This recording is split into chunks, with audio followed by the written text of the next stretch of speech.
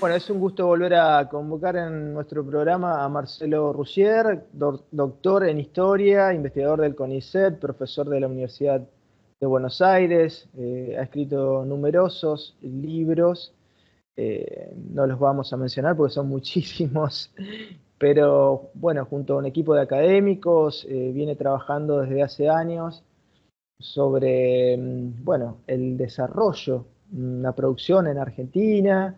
Y a propósito de esto, un nuevo trabajo, Empresa Pública y Estado Empresario, 1810-2020, es un nuevo libro que presenta Marcelo junto a otros autores, que realmente es muy interesante. En este contexto en particular, uno se preguntará por qué, ¿no? Con un clima cultural tan adverso, un clima cultural de época, que es lo que de alguna manera marca el derrotero de la política, ¿no? El clima cultural. O sea, hay una animadversión frente a todo lo estatal, por supuesto frente a lo que es el Estado empresario.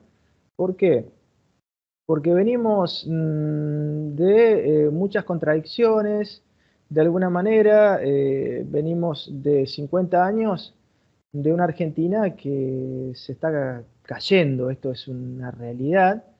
eh, Crece la pobreza de una manera increíble, esto lo marcan distintos economistas, 7% acumulativo anual desde por lo menos el Rodrigazo, ¿no? Es realmente una locura y no hay un crecimiento de la economía, por supuesto, si no, no crecería tanto la pobreza, paralelo en ese contexto histórico. Se han dado a lo largo de estos 50 años distintos gobiernos, pero la matriz en general financiera que ha logrado introducirnos en este derrotero no ha sido modificada, ¿no? La estructura de la economía que nos pone hoy en un estado muy acuciante, ¿no? En un estado que realmente quizás sería un momento propicio para armar un consejo económico entre muchísimos partidos y no estar pensando tanto en las peleas, en los cargos, en quién sucede a quién. Esa es la política menor, la política facciosa, ¿no? Tenemos que ir de nuevo hacia una mirada más grande, una mirada más generosa, que es la única que nos puede salvar de esta situación, ¿no? Pensemos que es una situación muy, muy compleja. Hay países que han dejado de existir, ¿no? No quiero ser agorero con esta cita, con esta definición, pero si Argentina no pone manos a la obra realmente en una dirección seria, con planificación, con coordinación entre los distintos estamentos, bueno, estamos realmente mm, en un escenario muy difícil. Por eso convocamos a Marcelo hoy, este es un libro muy necesario, Empresa Pública y Estado Empresario 1810-2020, no para hacer antropología o paleontología, para exhumar huesos, ¿no? Para que nos sirva de alguna manera para ver todas aquellas experiencias que fueron exitosas en algún momento en la República Argentina y que por distintas circunstancias locales e internacionales, bueno, dejaron de tener un papel central, ¿no? Pero hay que decir que en el mundo hoy el Estado empresario y la empresa pública sigue teniendo un rol decisivo. Pensemos, Argentina es un país muy joven, 200 años, mucho de esto, de esta situación que estábamos describiendo tiene que ver con los dolores de parto de un país joven, pero también tenemos que pensar en clave internacional, en clave geopolítica. La política interna es un poco el espejo de lo que sucede en el mundo. La Revolución de Mayo no puede entenderse, por citar un ejemplo burdo, sin la Guerra de los 7 años, sin la invasión napoleónica a España, sin las juntas de Cádiz y las juntas populares allí en España, el proceso de democratización contra la invasión bonapartista. Todo esto de alguna manera, que es la geopolítica internacional, talla en el frente interno, y por eso es importante entender que hoy en el mundo el Estado empresario es muy importante, es relevante en Europa, en China. Bueno, Marcelo lo va a describir muy bien.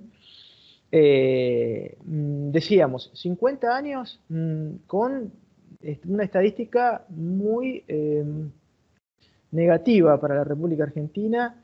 ¿Y qué tenemos hoy en el gobierno? Tenemos un gobierno que está poniendo manos a la obra de alguna manera, está poniendo énfasis en algunos sectores puntuales de recursos primarios, desarrollo petrolero, desarrollo de, bueno, todo lo que tiene que ver con la minería, el litio, y con una mirada más de un país, una economía de enclave, que de un desarrollo armónico también con las ciudades.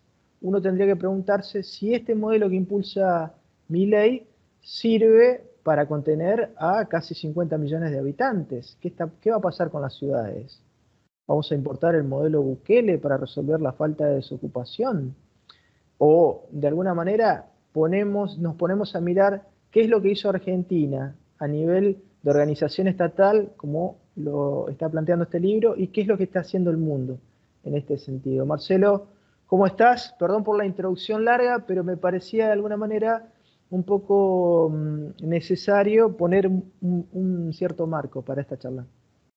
¿Qué tal, Luis? ¿Cómo estás? No, me parece muy bien porque es un contexto, digamos, una serie de elementos que tienen que entrar en juego a la hora de analizar la historia de la empresa pública o del Estado empresario, como llamamos nosotros. Este libro lo escribimos junto a Lucas Iramain, especializado en sociología económica. Y en esto, digamos, de analizar ese derrotero de las intervenciones del Estado en actividades productivas, en actividades de servicios, es importante ponerlo en un contexto más general, más internacional, porque también es cierto, obviamente, que el Estado ha jugado un rol significativo en las experiencias de desarrollo a nivel mundial, en los casos nacionales, estos que mencionabas vos y otros, con sus fluctuaciones, ¿no? Es decir, cuando uno mira la historia de la intervención estatal en actividades directamente productivas, bueno, también ve estas idas y vueltas, ¿no? Con distintas fases o lógicas, si se quiere, pendulares, de mayor intervención, momentos de menor intervención, etcétera. Y eso es importante para definir o pensar también lo que sucede, obviamente, en la Argentina como parte de esa configuración Ahora, Marcelo, única. perdón, lo que no es pendular en la historia del capitalismo es que primero hay desarrollo y luego sí libre comercio, ¿no? Si uno mira la historia de Estados Unidos, la historia de Inglaterra, la historia de Holanda, que es uno de los primeros países que se industrializa, no de los Países Bajos, la historia de China, de Corea del Sur, de Alemania. Primero el desarrollo, primero políticas proteccionistas y luego el libre cambio, ¿no? No conozco personalmente, quizás vos nos podés ilustrar al respecto, un caso de una nación que se haya desarrollado desde el libre comercio en primera instancia. Sí, es así como vos decís, digamos, bueno, uno podría pensar quizás algunas otras experiencias más efímeras en ese plano, pero que después tuvieron o siguieron de algún modo la misma lógica que vos estás marcando. De todos modos, lo que yo quería plantear, más que de la intervención directa en función de políticas arancelarias o políticas proteccionistas, sino la lógica del Estado interviniendo. El Estado siempre, obviamente, interviene y ha Claro. intervenido, es una economía capitalista, esta antinomia Estado-mercado es una antinomia falsa. En todo caso, lo que es, por lo menos claramente en la dinámica del capitalismo, en todo caso lo que hay que discutir es qué nivel de intervención, ¿no? ¿Qué tipo de intervención ¿Qué sectores? claro, que tiene el Estado, ¿no?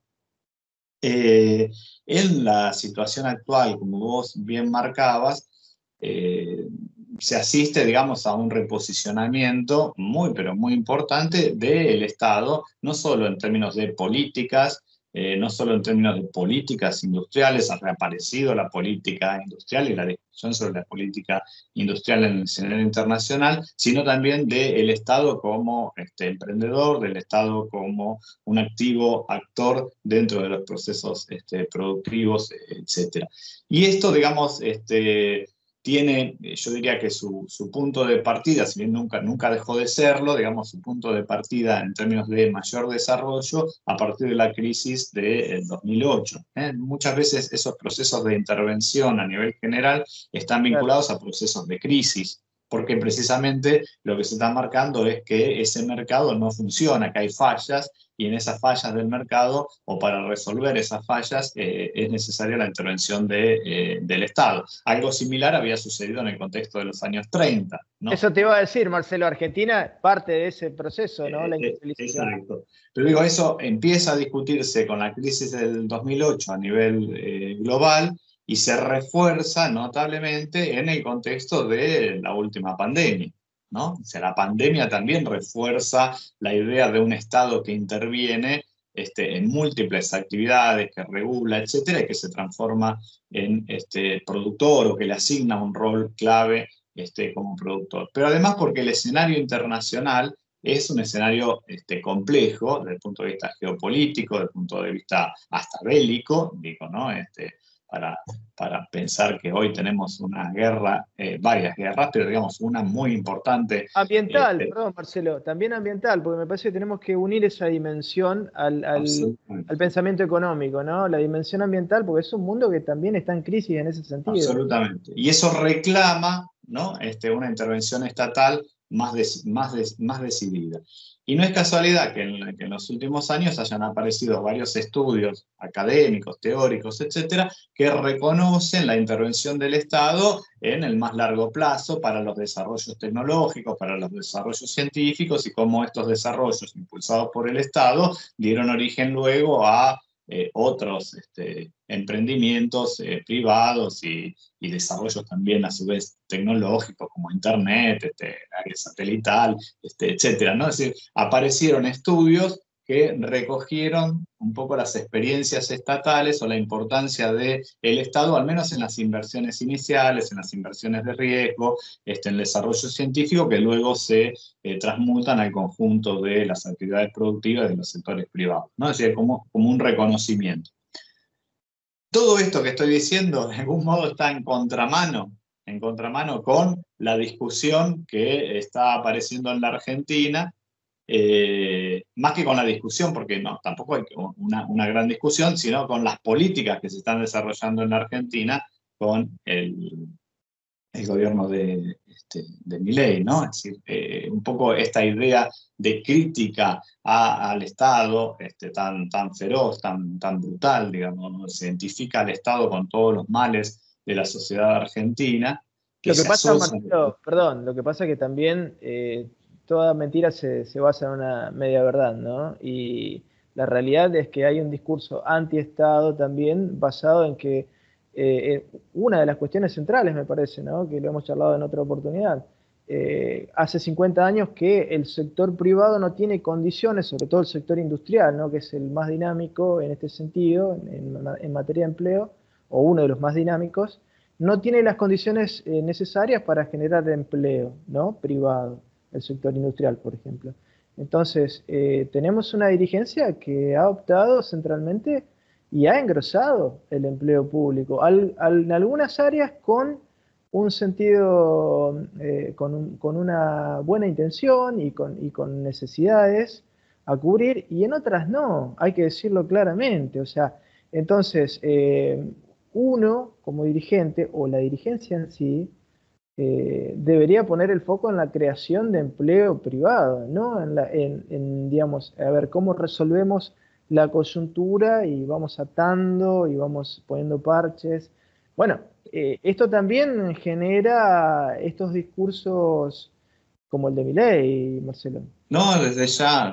Hay un proceso fuerte de legitimación de la acción estatal derivada de prácticas políticas, prácticas institucionales, etcétera. Pero yo pondría el punto más atrás, es decir, en realidad, digo, que el Estado tenga que incorporar empleo público porque no hay incorporación de empleo privado, generación de empleo privado en el sector industrial o en otras actividades productivas en la Argentina, deviene también del estancamiento de la economía argentina. Y ese estancamiento de la economía argentina también, en definitiva, está vinculado a una falta de políticas públicas, de políticas que generen, digamos, las condiciones para el desarrollo productivo, ¿no? Es un círculo en ese plano claramente vicioso, pero aún podríamos dar una vuelta más de tuerca. ¿Por qué? Porque en realidad en esto que vos planteás, que es exactamente así, digamos, y es muy clave marcarlo, reforzarlo, digamos, insertarlo, esta idea de que la economía argentina no crece desde hace 50 años, más allá de sus vaivenes, y lo único que crece, como vos bien decías, es básicamente la pobreza, la marginación, la indigencia, con tasas de crecimiento espantosas en ese plano que demuestran claramente el fracaso de la dinámica económica, de la dinámica productiva, el fracaso en términos del crecimiento y del desarrollo, están ligados también a un momento de quiebre, básicamente, yo no diría el Rodrigazo, pero sí lo que vino inmediatamente después, que es el golpe militar de 1976, donde supuso una fuerte crítica no solo a la industrialización, Mirá ¿no? lo Y que al tengo acá, modelo de Marcelo. industrialización. La fundación de la Ah, sí. Segunda República de Sí. Ricardo Sin. Bueno, entonces lo que supuso es, desde el plano de las ideas, en primer lugar, una fuerte crítica a la intervención del Estado. Una fuerte crítica a la intervención del Estado, Claro. asociado a determinados mecanismos que promovían sectores industriales ineficientes, etcétera, etcétera. Y de hecho, a partir de 1976 se inicia un proceso de privatización con vaivenes, digamos, el listado de empresas a privatizar por parte del equipo económico de Martínez de Oz era enorme, enorme, querían privatizar todo, prácticamente todo. No se puede privatizar todo, prácticamente todo, en ese contexto. Algunas cosas se avanzan y otras no, y incluso llegan a reestatizar algunas empresas. Pero digamos, esa es la idea, y luego se generan las condiciones por endeudamiento externo, porque se endeudan las empresas públicas para tomar divisas en el exterior, se las hace más ineficientes, etcétera, y se generan las condiciones para los procesos de privatización que se encaran durante el gobierno de Alfonsín, ya en un contexto de fuerte crisis fiscal por impacto de la deuda, y que va a terminar dando lugar a las políticas de privatizaciones masivas que lleva adelante el menemismo en el marco del consenso de Washington, que esto es un punto importante, digo, el consenso de Washington está marcando el avance de las privatizaciones, el avance del mercado, etcétera, que no es el consenso que tenemos hoy. Digo, las políticas de privatizaciones masivas durante el gobierno de Menem estaban en un marco internacional de ideas que las avalaban. Hoy, digo, las políticas de privatizaciones o políticas más neoliberales en ese plano no están, digamos, avaladas por el escenario internacional. El Claro, escenario internacional, hoy no tenés señalamos, es estilo. diferente. Sí, Pero sí, el punto, perdóname, que sí, sí. quería llegar con Perdón, con perdón. esta reflexión, a ese quiebre de 1976, es que de 1976, un poquito antes, pero para acá, digamos, la economía argentina no crece, y esa economía coincide, en definitiva, convive con una menor industrialización, con una participación mucho menor del sector industrial dentro de la estructura productiva, pero sobre todo con una menor intervención estatal. Entonces, no es verdad, digamos, que el Estado haya funcionado mal. Digo, lo que ha funcionado mal en estos años fue precisamente el mercado, ¿no? Fue precisamente el mercado. El retiro del Estado supuso también un menor crecimiento de la economía argentina. No hay que hacer un correlato tan directo, pero digo, si lo pensamos desde esa lógica, menos Estado, menos industria, menos crecimiento, más pobreza. El periodo previo, que nosotros estudiamos fuertemente en el libro, previo a 1976, es un periodo de mayor intervención del Estado, de mayores intervenciones del Estado en términos de actividades productivas, desarrollos estratégicos, desarrollos tecnológicos, de mayor industrialización y de mayor bienestar, digamos, para el Eso conjunto de la población. te iba a plantear, Marcelo. Hay dos grandes periodos en la historia nacional de crecimiento. Sintéticamente podríamos mencionar el primer consenso entre 1880 más o menos 1930, que es un consenso más ligado a las materias primas, pero bueno, pero ahí ya hay un esbozo de industrialización pequeño, pero lo hay. Y después con la crisis del 29 se da el segundo consenso, que es de industrialización interna, que comienza en la llamada década infame, donde nace la industria argentina centralmente. No, también hay que decirlo porque hay una mirada por ahí muy sesgada sobre lo que es la década de 1930. Ahí también hay procesos virtuosos para destacar, y eso se extiende hasta 1975, por eso mencionábamos el libro de Ricardo Zinn, ¿no? Que es el autor intelectual del Rodrigazo, que después despliega con toda la fuerza ese programa monetarista, Martínez de Oz, como bien decías, al calor de una geopolítica dominada por Reagan y Thatcher, que hoy, como vos decías, no existe, porque hoy Trump está industrializando, Biden lo siguió, Inglaterra, bueno, es otro caso, ¿no? Pero, digamos, se está cerrando, Europa está industrializando, es otro contexto, ¿no? Sí, es otro contexto y insisto, el discurso de Milei se asienta un poco en lo que vos planteabas de legitimación de la acción estatal identificada con el populismo, ¿no? Y finalmente con el peronismo, con políticas peronistas, pero en general con las ideas del populismo, pero no hay en rigor una fuerte delegitimación del Estado empresario como tal, como sí existía en el contexto de los años 90, porque las empresas públicas funcionaban mal, ¿no? Y funcionaban mal en gran medida porque estas situaciones que yo había marcado, digo, ¿no? Muchas habían sido endeudadas, habían sido dirigidas y coordinadas por gente que piensa que la empresa pública funciona mal y funcionaban mal, habían sido utilizadas en términos de política económica, etc. Pero digo, esa situación que era claramente perceptible, como por ejemplo en el caso de los teléfonos, ¿no? Sí, ¿no? sí. Y donde entraba toda esta digamos, Doña Rosa de Neustadt, digamos, ¿no? Que se quejaba, que era, digamos, una situación, en todo caso, real y que llevaba a la legitimación de la intervención estatal o del Estado como empresario, como productor de servicios, etc. Pero hoy esa situación no está presente. Claro. Primero porque no hay la masividad de empresas estatales que había en el contexto de los años 90, ¿sí? Y ese es un punto muy importante, digo, ¿no? Hoy yo no estoy planteando, y en el libro no lo hacemos ni por casualidad, digamos, una visión nostálgica de lo que existía previo a 1976, porque eso también tenía muchos problemas, pero a nivel general estamos diciendo que esa economía funcionaba, digamos, y esa sociedad funcionaba. Esta economía no funciona y esta sociedad no funciona. Bueno, No a nivel a ver, nostálgica si ni vos masiva, pero te termino la idea. En sí, realidad, digo, ¿cuáles son las empresas ineficientes? ¿No? Estas empresas ineficientes del Estado empresario, mal administrador, y que la gente dice qué mal que funciona el Estado.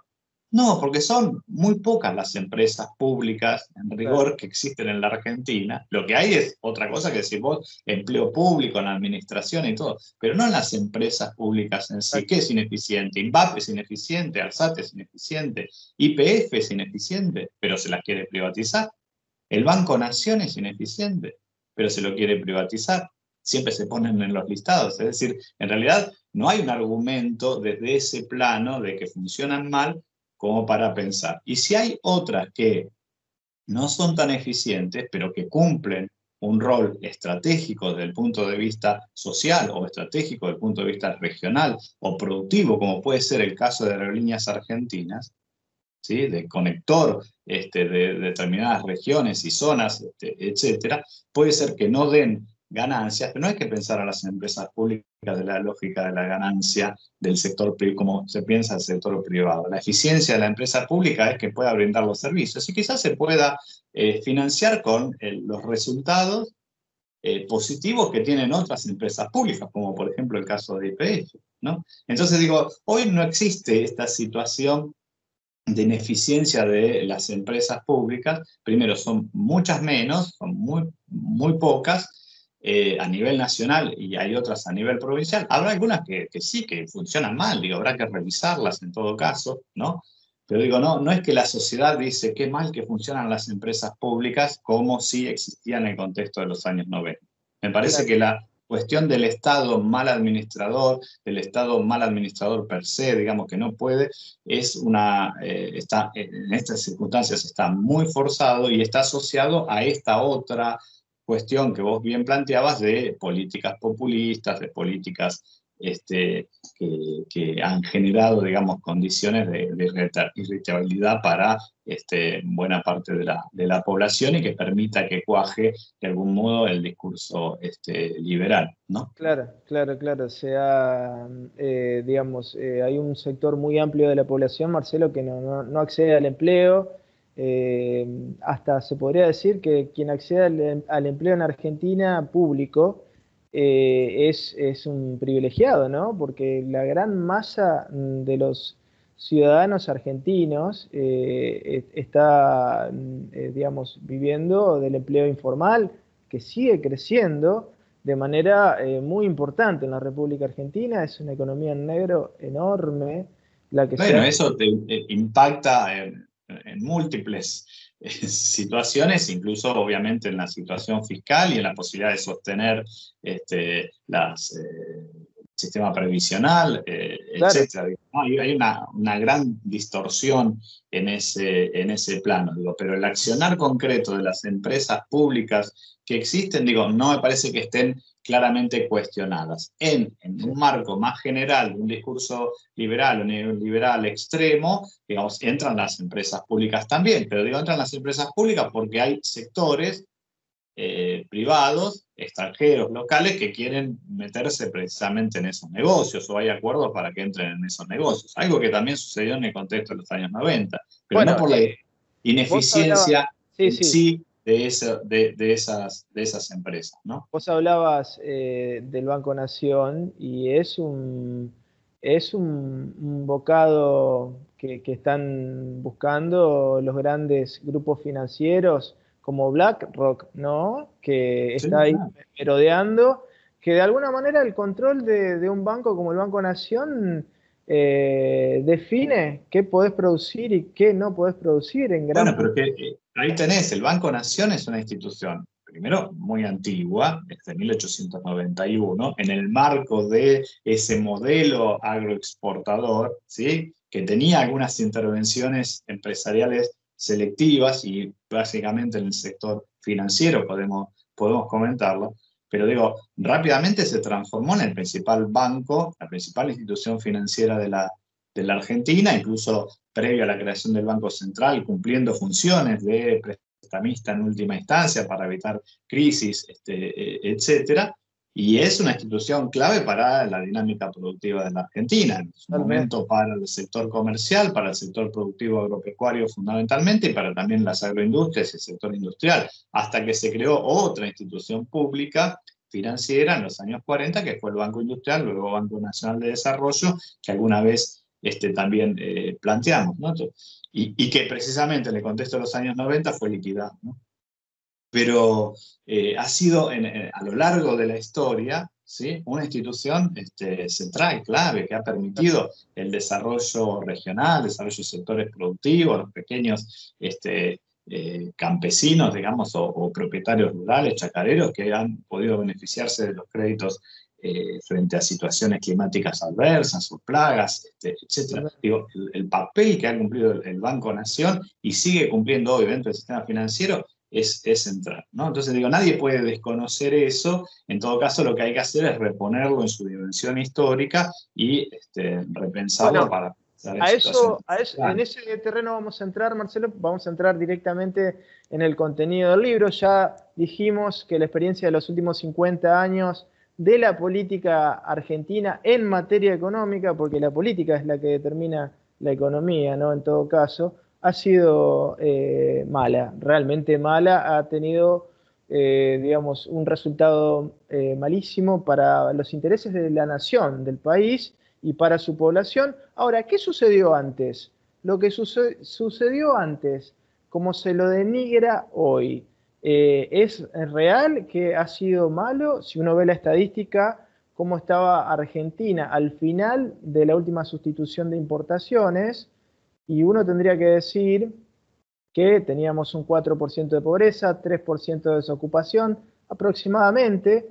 Un dato muy interesante también a tener en cuenta, que creo que apareció en los últimos días, que en ese entonces solamente había capitales, que los argentinos solamente tenían fuera del país alrededor de unos 5.000 millones de dólares. Hoy tenemos 400.000, no nosotros, Marcelo, otra gente. Pero digamos, entonces estamos hablando de pobreza magra, casi pleno empleo, casi sin deuda pública. Gran parte de los capitales argentinos estaban en el país, con un coeficiente de igualdad similar entonces al de países como Francia, ¿no? Dato no menor. Con todo el sistema público funcionando a pleno, universidades, bueno, y con la industria exportando también. Esto hay que decirlo, ¿no? Porque por ahí uno escucha, lee los diarios, escucha funcionarios y se queda atónito realmente cuando te mencionan que todo lo pasado fue negativo. No solo que no fue negativo, sino que surge en gran medida de esto que desarrollan ustedes, empresa pública y Estado empresario, Marcelo. Si podés hacer un raconto, un poco una síntesis del libro, te vamos a agradecer. Sí, cómo no. Bueno, no, respecto a esto que vos estabas planteando, yo coincido plenamente. Hay una leyenda negra que se instaló precisamente en el contexto de los años 90, en el marco de ese consenso de Washington, que fue muy funcional para el avance de las políticas de privatizaciones y los procesos de desindustrialización.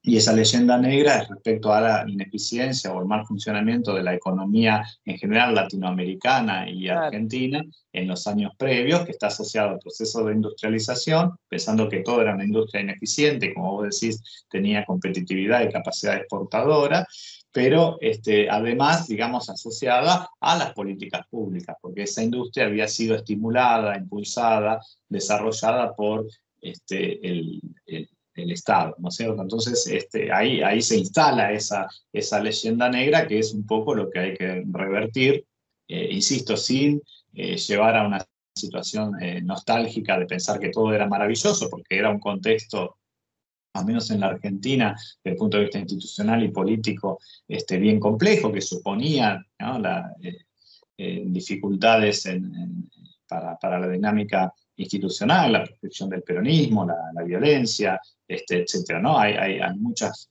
cuestiones que de algún modo se pueden vincular o asociar a esa dinámica social, institucional más general, pero digamos, es cierto que las empresas públicas habían cumplido un rol o un papel significativo. En el caso de la Argentina también vemos una dinámica, así como a nivel internacional, si se quiere pendular, o fases, ¿no?, de mayor o menor intervención, aunque, insisto, el Estado siempre intervino, aún en los primeros contextos de los orígenes de la nación, y en el desarrollo del modelo agroexportador, que está por lo general muy asociado a políticas liberales, digamos, de no intervención del Estado, etc. Pero hay cuestiones claves, ¿no?, claves que el Estado tuvo que desarrollar, para no hablar de las fábricas de armamento de Fray Luis Beltrán, digamos, en el proceso de independencia, ¿no? Pero hay cuestiones clave que el Estado fue desarrollando a la par que iba constituyéndose como Estado nacional, que tenían que ver inicialmente con, así te hago un recorrido rápido de ese proceso, con el sector financiero, algo mencionábamos recién, es decir, una institución importantísima. En ese plano fue el Banco de la provincia de Buenos Aires, ¿no? Primero un banco privado, después un banco mixto, y finalmente, a partir de la década de 1850, como banco estatal. o digamos la creación del Banco Nacional o el Banco Hipotecario de la provincia o el Banco Nacional después de 1873, que va a dar origen al Banco de la Nación Argentina. Por lo tanto, digo, en ese sector, ¿no? En el sector financiero, durante la dinámica y construcción del modelo agroexportador, el Estado tuvo un rol muy significativo, impulsando, digamos, estas instituciones para generar el desarrollo de actividades productivas. Ahora, esto que mencionás, Marcelo, si uno mira en el espejo de Estados Unidos, pensaba en Alexander Hamilton, salvando las distancias, por supuesto, pero lo primero que hace el tipo es reformar todo el sistema, armar todo un sistema financiero, lo hace para industrializar Estados Unidos, pero un poco esto es lo que hizo la generación del 80, ¿no? Por lo que vos mencionás y un poquito antes. Absolutamente, sí, con algunos antecedentes previos, digo, pero con fuerza durante la generación del 80, a la par que iba desarrollando algunos servicios esenciales como la empresa de correos, digamos, del sistema de correos, o las obras de salubridad que van a dar origen a obras sanitarias de la nación y que estaban asociadas a resolver los problemas de las epidemias, digamos, que se desarrollaban en la ciudad de Buenos Aires, etc. Y después el otro caso, en términos de infraestructura, es el tema del ferrocarril, ¿no? O sea, el ferrocarril también, ¿no? Empieza como un ferrocarril privado, etcétera, pero rápidamente el Estado tiene que acompañar con sus inversiones el ferrocarril del oeste ya en la década del 60 para su desarrollo, su ampliación, etcétera. En general, las líneas de ferrocarril son desarrolladas por empresas extranjeras, británicas, francesas, etcétera, pero digamos con un gran apoyo por parte del Estado, pero también el Estado va a desarrollar sus propias líneas por cuestiones estratégicas. Esto que decía antes, por ahí esas líneas no son, ¿no?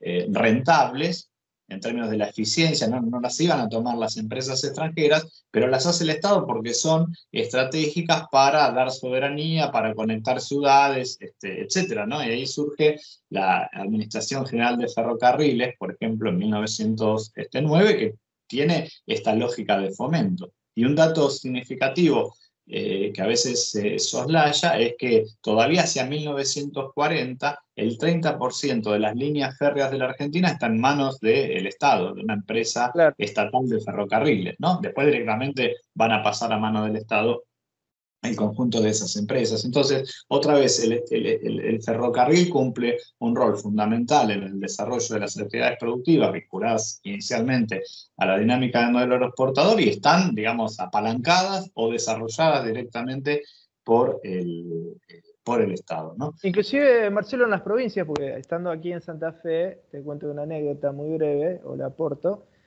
Tuvimos un gobernador que fue socio de Roca, ¿no? Y de todo ese entramado federal, ¿no?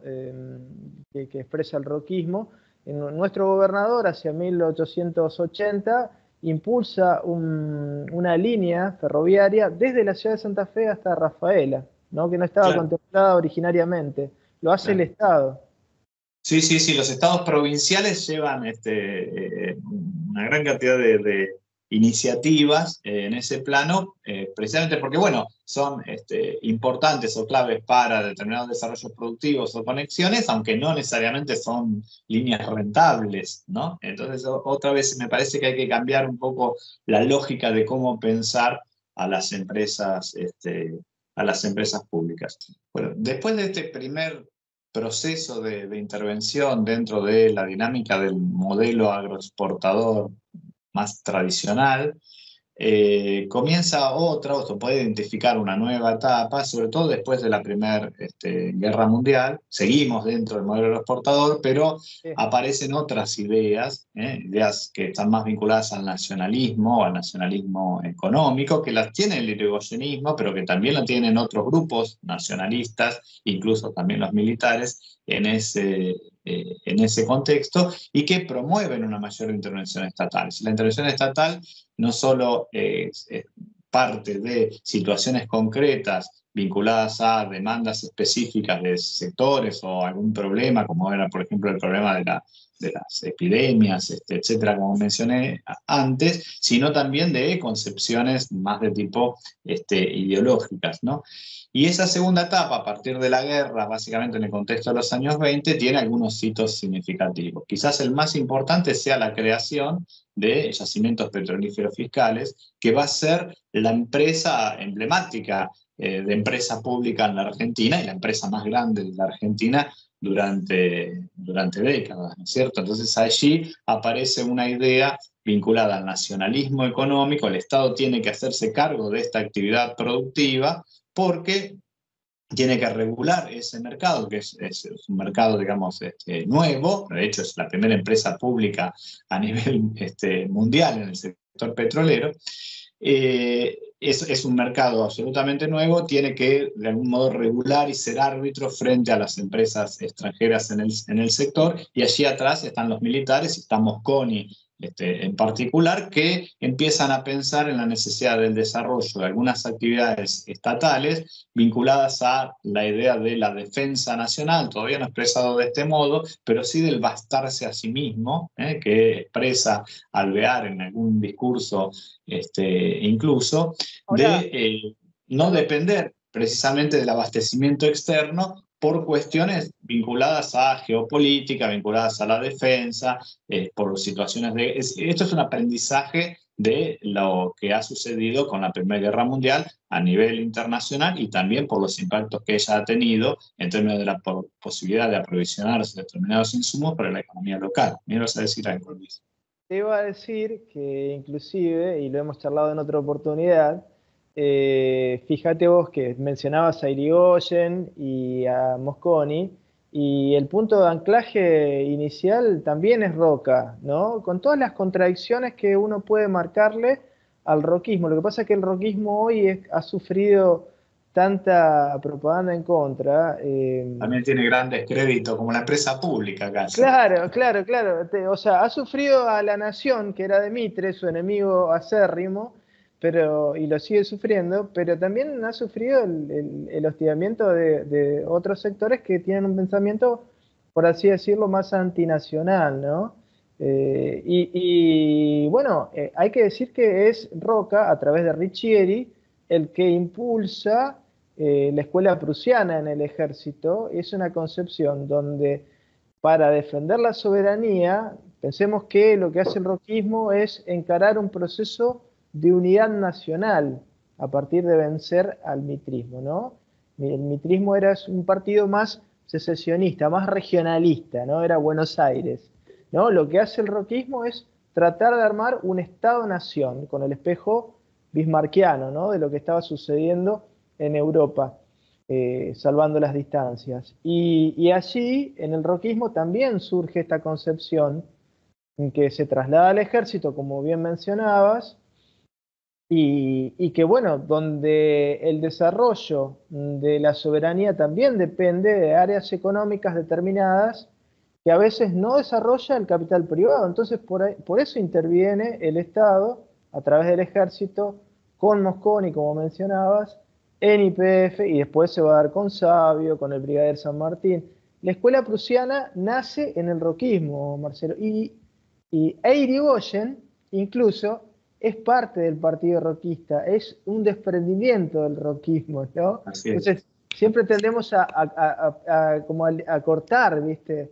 Esos procesos. Sí, ahí hay como una línea de continuidad bien interesante, y además, bueno, todo el propio desarrollo del ejército como tal, institucional, el servicio militar, una concepción, digamos, geopolítica y de hipótesis de conflictos que aparecen en ese contexto, y, digamos, también la creación de escuelas de ingenieros militares que van a ser centrales en el pensamiento de esta línea que vos planteabas, vinculada a la concepción prusiana, etcétera, ¿no? Y en estos ingenieros, además militares, muy nacionalistas, de algún modo todo lo que es el historicismo económico alemán entra o cuaja perfecto, y las concepciones más proteccionistas previas de Liszt, de Hamilton, etcétera, también, ¿no? También uno podría plantear esto desde el plano de las ideas, de la evolución de las ideas, pero es cierto que en el contexto de los años 20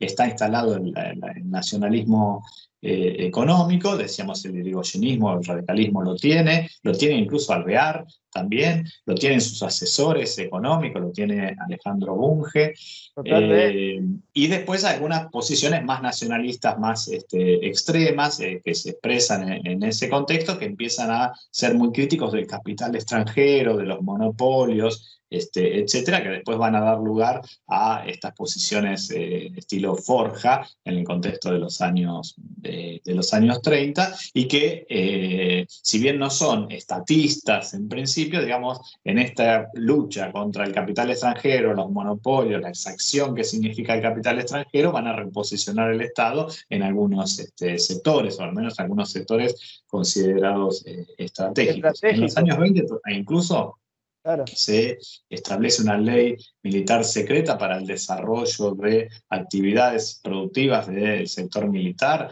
exploración y explotación de cobre en Andalgalá, y que van a dar origen finalmente a la creación de la fábrica militar de aviones, que es otro hito muy, pero muy significativo de los años 20 en términos de pensar el Estado empresario. 1927, en la fábrica. Así es.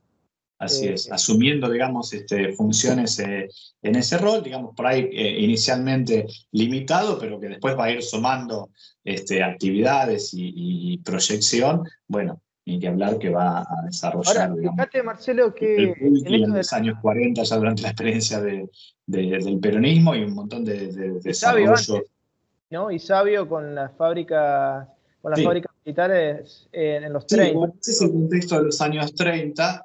Claro. Que un poco continúa esto, pero el contexto de los años 30 quiebra, digamos, la concepción más general, porque es la crisis económica, aparece toda la discusión sobre el dirigismo, ¿no? La necesidad de, bueno, lo que es el New Deal, digamos, como referencia, las políticas luego identificadas con el keynesianismo después de 1936, de la teoría general, o sea, la idea del dirigismo, la idea del Estado interviniendo, la idea de la planificación, porque, insisto, una idea que había planteado antes, el mercado ha fallado, digamos, ¿no? Entonces el Estado tiene que intervenir. Y allí entran a jugar un montón o múltiples teorías, pero en esta perspectiva que rescatábamos recién, que vos señalabas desde la lógica militar, están los escritos de Sabio respecto a la movilización industrial. En 1933 se escribe un trabajo sobre movilización industrial, lo que dice, bueno, tenemos que desarrollar actividades productivas, ¿no?, en el sector privado, en sectores más importantes como la metalurgia, la química básica, etcétera, que puedan proveer al ejército en una situación de hipótesis de conflicto. Pero eso ya tiene que estar armado, eso tiene que estar desarrollado. Cuando viene el conflicto es una situación de emergencia y todo se pone, digamos, bajo la dirección central del sector militar. Pero en los tiempos de paz, ese sector tiene que estar desarrollado. No podemos ser solo agrarios, digo, ¿no? Sabio tiene una expresión diciendo, hemos sido agraristas por principio, pero de lo que se trata es de avanzar en las actividades metalúrgicas, siderúrgicas, etcétera, que son las que nos van a brindar la independencia económica, ¿no? Esa idea de la independencia económica, que está en Bunge, que están los nacionalistas, que va a recoger el peronismo, obviamente en su programa, está muy vinculado a las posibilidades de el desarrollo industrial y muy vinculados a las posibilidades de la participación estatal como un actor relevante o clave en las actividades productivas. El contexto de los años 30 es el desarrollo de, si uno tiene que marcar hitos, bueno, primero las juntas reguladoras, que es un proceso de intervención estatal bien significativo, pero a nivel productivo específico las fábricas militares, estas que van a dar o agruparse luego hacia 1941 en la Dirección General de Fabricaciones Militares para el desarrollo, la exploración de minerales, metalíferos, no metalíferos, para el desarrollo de la siderurgia, la creación de altos hornos Zapla, la producción de cobre y finalmente la creación o propuesta de Somisa ya, digamos, en la experiencia peronista. Así que allí hay como un derrotero de mayor intervención estatal que se refuerza en el contexto de la Segunda Guerra Mundial, que se refuerza por la presencia, digamos, de las ideas que van a confluir en la experiencia peronista durante esa gestión, ¿no? Marcelo, no, Y que en realidad, perdóname, termino la idea, refuerza la idea de que ese modelo agroexportador que siempre estaba pensando que podía volver, no vuelve, ¿no? Porque ha cambiado las condiciones internacionales decididamente, ya con la guerra y obviamente a la salida de la guerra, y que la Argentina tiene que encarar un proceso de industrialización dirigido por el Estado, como ha llamado la literatura en los últimos años, que no es solo en la Argentina, sino en el contexto latinoamericano, y que después se va a reforzar en términos teóricos por las perspectivas de la CEPAL y los desarrollos conceptuales de Previs, etc., ¿no? Es interesante lo que marcás, porque también es una osadía argentina. Había todo un sector político que a la salida de la Segunda Guerra Mundial quería plantear, bueno, ya terminó la guerra, terminemos con la sustitución, volvamos al viejo modelo agrario. Y era una idea que estaba desfasada en el tiempo, ¿no? Porque ya Argentina tenía una inercia industrial y tenía todo este movimiento político que vos mencionabas, donde grandes pensadores tallaban, incluso el ejército, que venía con toda esta trayectoria desde el roquismo, pasando por el irigoyenismo, Alvear en la década del 30 y el peronismo. Era difícil desarmar eso, pero quería mencionar esto también, ¿no? Porque hablando de los prejuicios que estábamos mencionando, ¿no?, recién, ¿no? Porque toda esta concepción de la nación en armas, que no es solamente que el ejército se haga cargo de aquellas áreas económicas que no desarrolla el capital local, ¿no?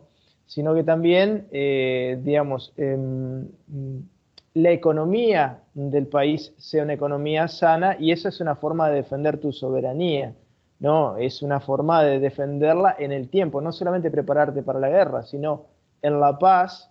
En los momentos de paz, vos tenés unas condiciones económicas que te permiten garantizar la soberanía. Entonces, esta idea, el prejuicio que quería mencionar, es que muchas veces se vincula, digamos, por desconocimiento y otros por mala fe, a esta idea de la unidad nacional, de Bismarck, de los prusianos, con el nazismo, y no tiene absolutamente nada que ver. Es más, estaban enfrentados. Son dos tiempos históricos distintos, ¿no? Había una parte importante de los prusianos que estaban enfrentados al nazismo, ¿no?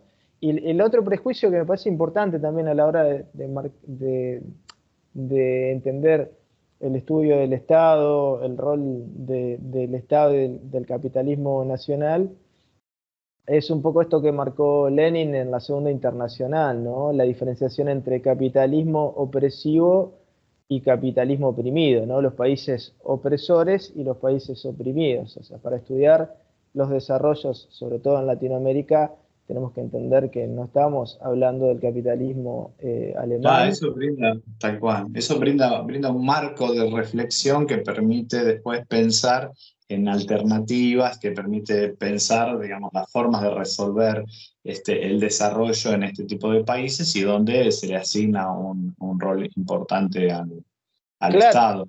Además, Marcelo, ¿sabes cómo termina Lenin? Termina diciendo que al reforzar, digamos, el desarrollo, al expulsar al capital internacional en los países oprimidos, al capital extranjero, ese es el principal enemigo, ¿no? ¿A quién estamos beneficiando?, dice Lenin. Al proletariado local.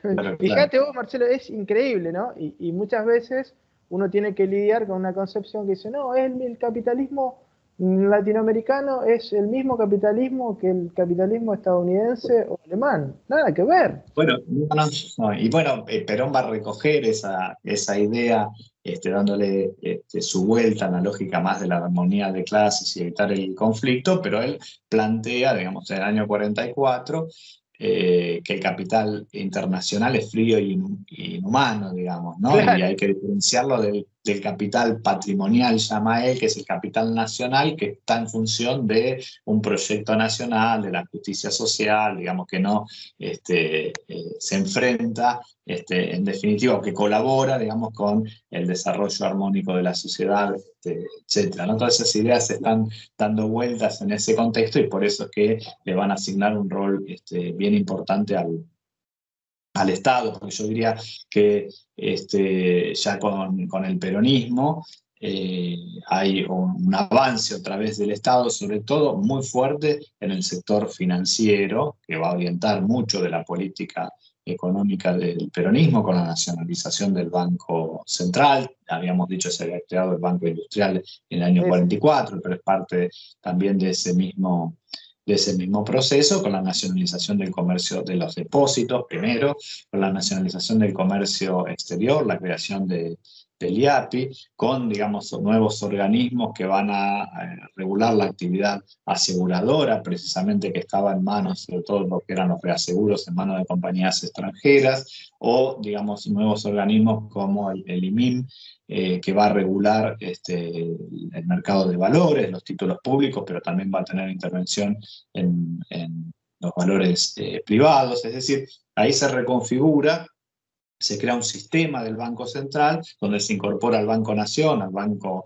Industrial, a la Caja de Ahorro, que va a orientar decididamente de las actividades productivas. Digo, ¿no? Si uno tiene que ver la dinámica de las actividades productivas durante el peronismo, están definidas fundamentalmente por esas políticas financieras, más allá obviamente de las políticas salariales que impulsan y generan una ampliación notable del mercado interno. Y por otro lado, también un avance en las actividades industriales, no solo desde el lado de la propia Dirección General de Fabricaciones Militares, que sigue con sus proyectos y hace otros nuevos, como es el caso de SOMISA en el área siderúrgica, sino también por la creación de la DINI, la Dirección Nacional de Industria del Estado, que son las empresas que quedan en manos del Estado cuando la Argentina le declara la guerra al eje en 1945. O sea, hay una ampliación notable. Y luego las nacionalizaciones que ya conocemos y que son, digamos, más reconocidas por la literatura en el plano de la nacionalización de los ferrocarriles, de los teléfonos, los avances relativos en el área de la energía,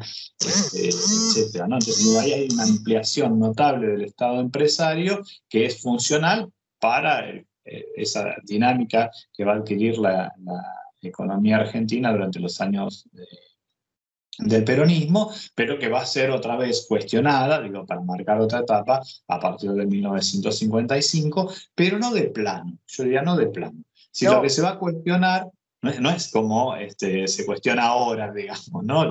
Todo estaba mal, ¿no es cierto? Sino que lo que se va a cuestionar en 1955, en particular Presbich, asesor del gobierno de la llamada Revolución Libertadora, son los excesos de intervencionismo estatal que había generado el peronismo, pero no el intervencionismo en sí como herramienta para impulsar las actividades productivas y las actividades industriales en particular. Entonces se liquida el IAPI, da marcha atrás con la reforma financiera, pero digo, al grueso las empresas públicas quedan, ¿no? Quedan. Incluso durante la experiencia de Frondizi también se cuestionan algunas, se devuelven las empresas de la DINIE, hay, digamos, alguna privatización en el sector petrolero, etcétera, pero digo, básicamente queda esa estructura estatal porque es central para acompañar el proceso de crecimiento, ¿no? Entonces, durante ya los años 60 está claramente conformado un Estado empresario, que incluye empresas públicas y otras empresas que son sociedades anónimas con participación mayoritaria estatal, de formas jurídicas muy, muy diferentes, pero digamos un Estado empresario con una gran cantidad de empresas y actividades que de algún modo orientan el proceso de crecimiento y de inversión económica en la Argentina. Dentro de ellas, un rol significativo, las militares. ¿Por qué? Porque en el área siderúrgica, que en algún momento lo charlamos, el sector militar es clave, digo, tiene el control de SOMISA, tiene el control de Altos Hornos Zapla, tiene el control de IPASAM, ¿no? Es como lo que pasa allí en el sector militar define en gran medida lo que pasa en ese sector productivo, que es un sector estratégico, o en el área de la petroquímica, ¿no? Donde la Dirección General de Fabricaciones Militares junto con YPF crean una nueva empresa, Petroquímica General Mosconi, por ejemplo, ¿no? Dos empresas estatales se unen para crear otra empresa. Es decir, hay áreas o sectores donde el Estado es fundamental y la Todo lo que producción estás se explica mencionando, por todo la lo que orientación que le impone el Estado, ¿no?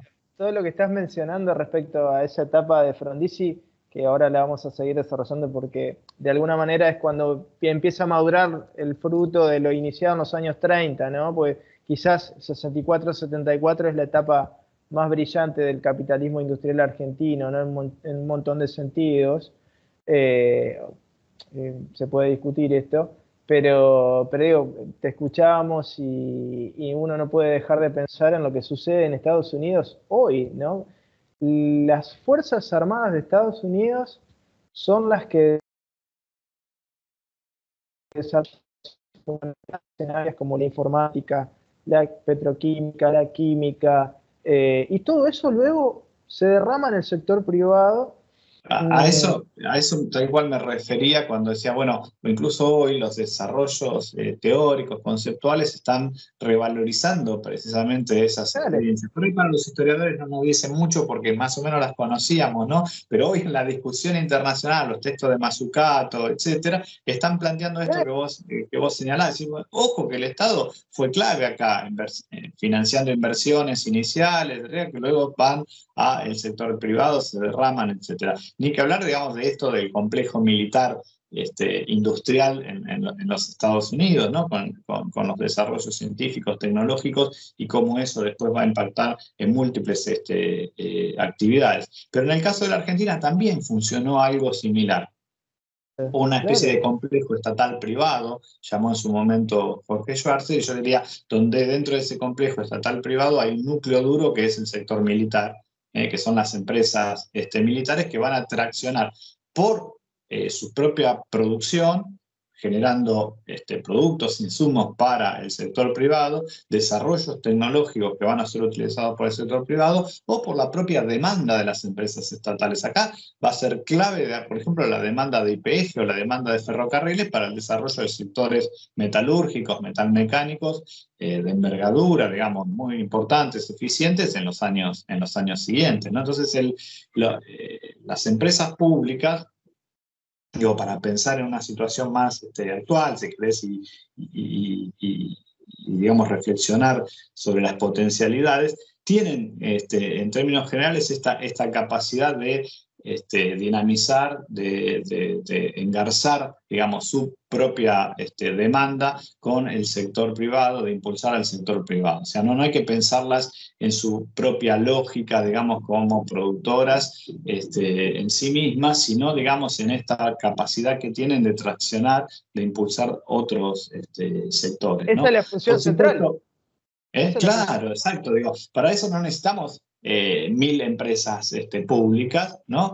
Pero tampoco liquidar las 40 que tenemos, ¿no es cierto? Entonces, digo, para ahí hay que pensarlas más, más flexiblemente, porque quizás uno de los problemas de las empresas públicas, y por eso han sido castigadas, es estos procesos a eternizarse en un sector, de burocratización, etc. Entonces, por ahí la intervención puede ser selectiva, puede ser por un momento, se desarrolla y luego eso queda o pasa al sector privado, etc. Hay múltiples formas, la experiencia histórica que nosotros presentamos en el libro también da muchos elementos para pensarlo de esa manera, para digamos, que las empresas puedan ser eficientes en estos términos estratégicos en determinados contextos, impulsando actividades, sectores, etcétera.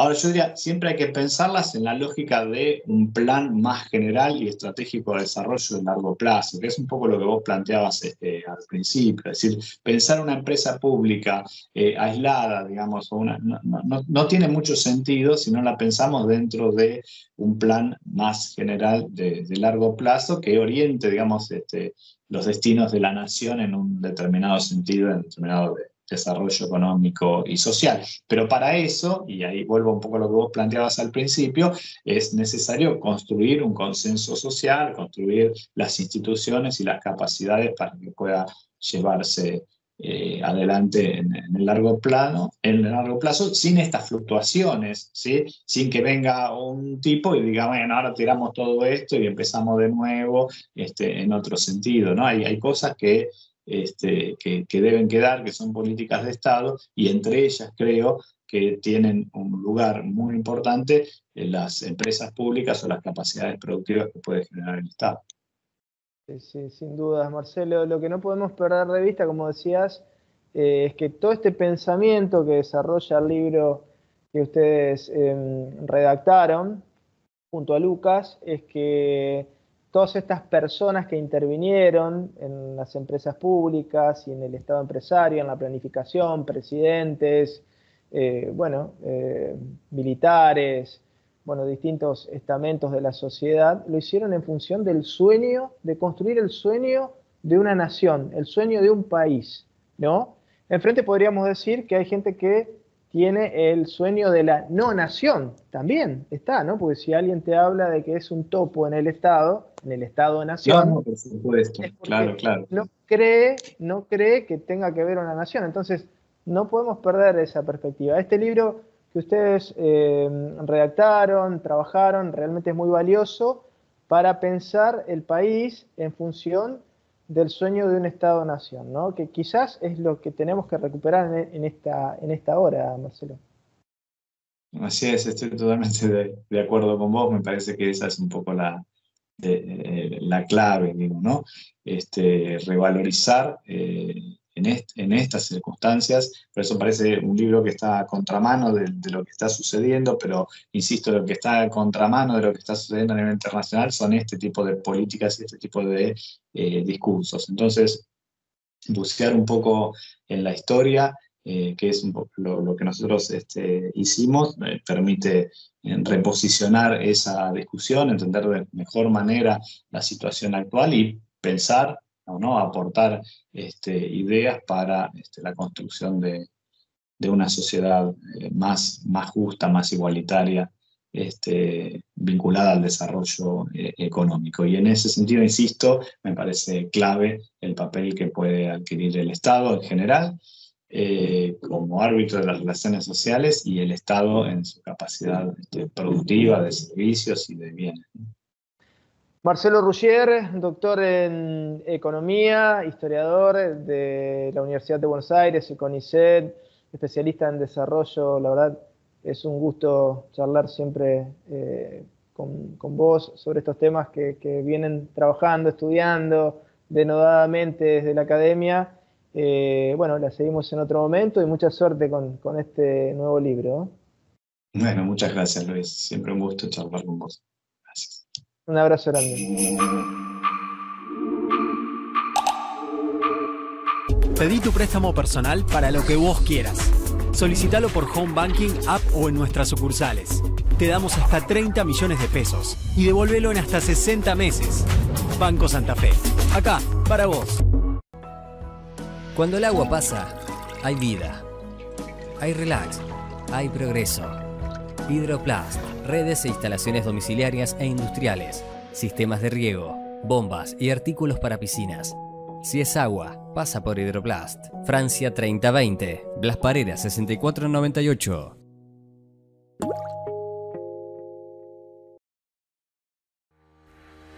Consejo Municipal de Santa Fe, 150 años. El consejo de todas las voces.